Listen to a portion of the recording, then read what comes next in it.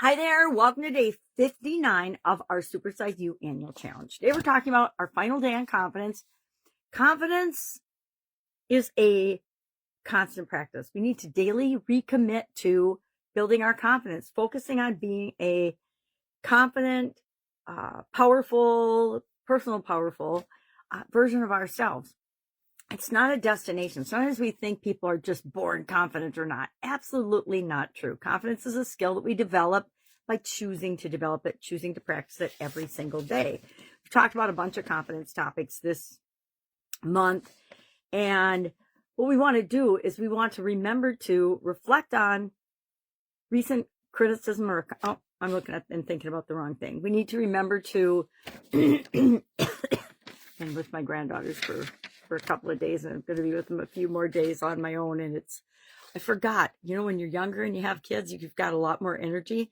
The older I get, the more I realize I love their energy because it keeps me going. But sometimes it's absolutely positively exhausting. We were up at, 3:30, 4 o'clock this morning because the little one doesn't feel good. And so finally got her back to bed so I could get cleaned up and make my videos this morning.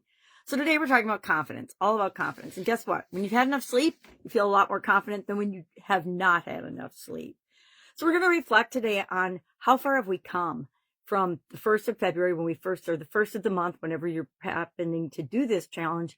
How far have you come in the last 27, 28 days in terms of feeling more confident about your pricing, feeling more confident about showing up, speaking up, being yourself, taking up space in whatever environment that you're in, because we all have a reason to exist and we all have a right to exist and we all deserve to feel good about who we are and the things that we're great at, and just kind of ignore the things that we're not so good at, unless of course they harm other people, and then we should probably fix those things.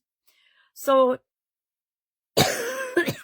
today, reflect on this month and the confidence practices that made you feel the best and have the biggest difference in your life. All of us have those. I know that I think some of the most important confidence practices for me are just reflecting on my self-talk. I don't know about you, but I have grown up and grew up with a very big negative voice in my head, not due to anything anybody did on purpose or intentionally. At least I don't think so. But because that's how people around me tended to be. I had a super optimistic father, my mom not so much. And she's alive and kicking today and awesome, but she definitely grew up with the influence of her parents, who were both probably the most amazing couple and the amazing, most kind, generous, fantastic people I've ever met.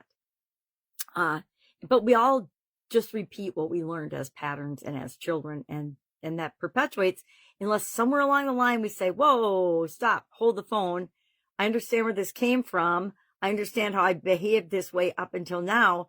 But now that I know better, I can, of course, do better. And I can show up in the world in a much more personally powerful, confident way. I love the idea of personal power, and that we all need to remember that we have it and take it back and use it appropriately, right? Power in any situation needs to be used and wielded appropriately. That means if it's to improve us, great. If it's to harm other people, NFW, right? I actually learned that from my very optimistic father. That was one of his responses on Post-it notes in the very early days of the Post-it note invention. He actually was a 3M lifer, they call them. So today, reflect on this month, see what practices worked well for you and made you feel empowered, and then carry those forward with you into the rest of this year, right? Because every day we're practicing doing a little thing that makes us a better human being. Guess what? The things that work really, really well for you and give you the best benefit should be added somehow to your daily routine. That's kind of been my strategy for probably my entire life. I would learn something, and if it worked out well for me, I would do it again and again and again and again, apply it in different situations, test it out, until I made it my own and part of my own thing. It's like, I laughed when people came out with all these morning routine books, because I'm like, well, isn't that just how you live your life? That's what I've been doing since I was, a teenager. And part of it was because I realized at a pretty young age that, and it was before the days of all these diagnoses of ADHD and all those things, but I just realized in about 3rd grade, 4th grade, my brain worked differently. and that I was going to have to be the one to figure out how to use my brain to get the things that I wanted and my mind to get the things I wanted out of my life, because the school system wasn't equipped to handle a kid like me. Usually, anybody that thought differently went into special education back in the day when I was in school. And so I was way too special for special ed. But that was before the days of the gifted programs as well, too. So I think education knows more than it did back then, but is failing epically in many, many ways. A lot of the kids that need extra help and support, or a lot of the kids that need more challenges. Oh, I'm digressing. So I would encourage you to schedule a couple of those things that really boost your confidence and make you feel better into either your daily or your weekly or your monthly routines. I don't know about you, but I have routines for all those things, mainly because my brain works, I know, differently, as well as I am these days legally blind. So I have to be more structured and intentional in the way I do things than I could be in my 20s, 30s, 40s, even, not my 50s. My 50s was drastic change decade. So schedule them in.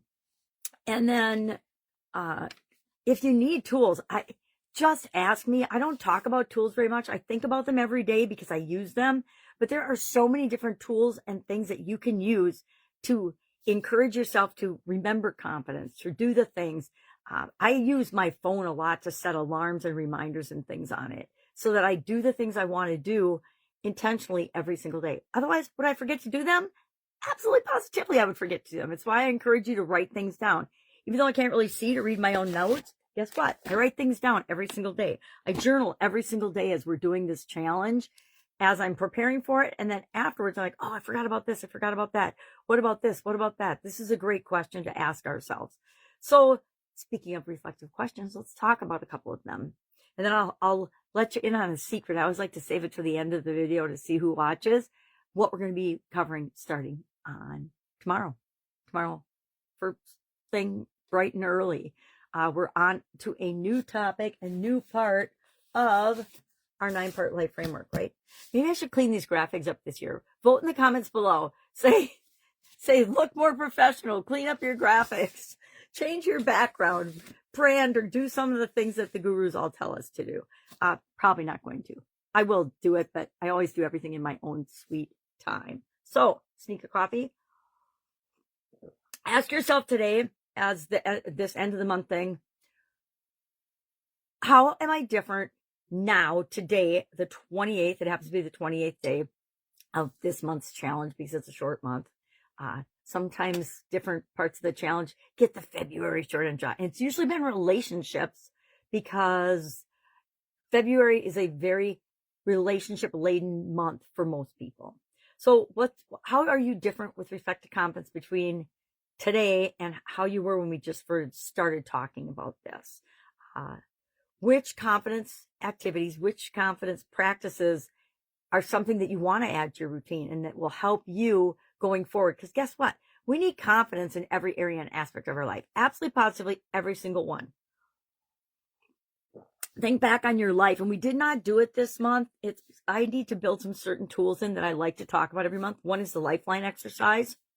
I want to make sure we talk about that every month with respect to each area and aspect of our life. So probably next month, we will actually on our lifeline plot confidence as well as financial. We're going into finances next month and talking about financial health and well-being. But today, I'd like you, as an engagement activity and as a way to commit to yourself, share in the comments below one win that you had this month with respect to your personal confidence. Maybe you're like me and you actually got over your fear of DMing, direct messaging people, and you direct messaged some people. Maybe you just direct messaged one person. Maybe you just called or talked to one person that was a little bit out of your comfort zone. But share one of those wins in the comments below so we can support one another, cheer one another on, and encourage each other to create the confidence that we need, want, and desire in every area and aspect of our life. All right, any questions about this?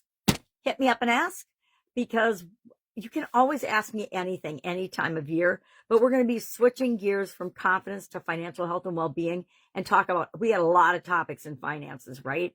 There isn't a month long enough, although next month has 31 days, so we get an extra day. I always think of it an extra day. I always think of each month or each focus area as 28 days. And then any extra days in that month are just bonus days. All right. That's it. Have an awesome day. If I can help you, ask. Otherwise, I will, of course, be with you tomorrow. Bye.